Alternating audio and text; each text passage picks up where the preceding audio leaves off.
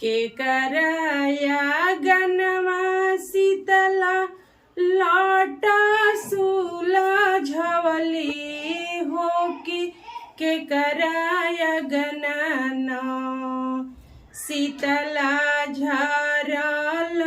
मी के सिया हो कि के कराया गनना शीतला झरल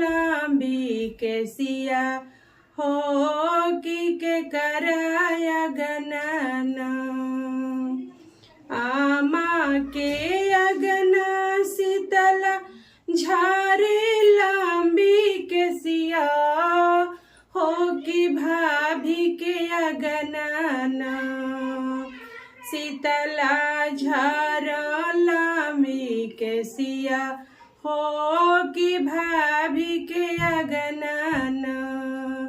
आमा के अगना शीतला लौटा सुलझवली हो कि भाभी के अगना शीतला झरल मी के सिया हो कि भाभी के अगना के जे दिहले मैया के लाली हो चुनरिया हो कि के दिहले ना मैया के लवंगा के खोइछा हो कि के दिहले ना मैया के जीरावा के खोइछा हो कि के दिहले ना आमा जे दिहली मैया के लाली हो चुनरिया हो कि भाभी दिहली ना मैया के लवंगा के खोइछा हो कि भाभी दिहली ना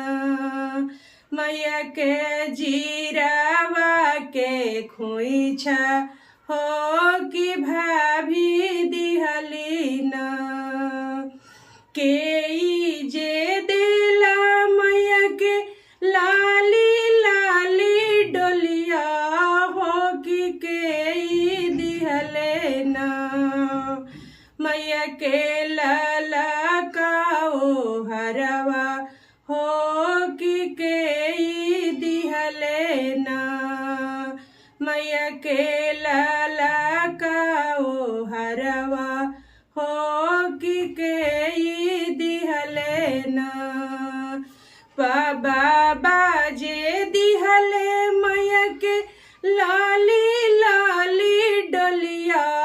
हो कि भैया दिहले ना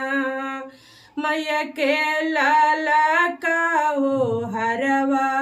हो कि भैया दिहले ना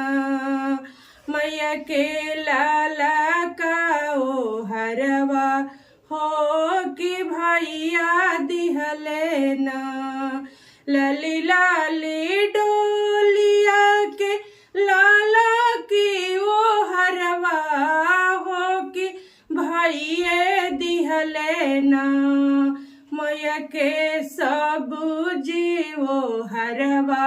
हो कि भैया दिहले ना मैया के लाला का वो हरवा हो कि भैया दिहले ना मैया के लाला का वो हरवा हो कि भैया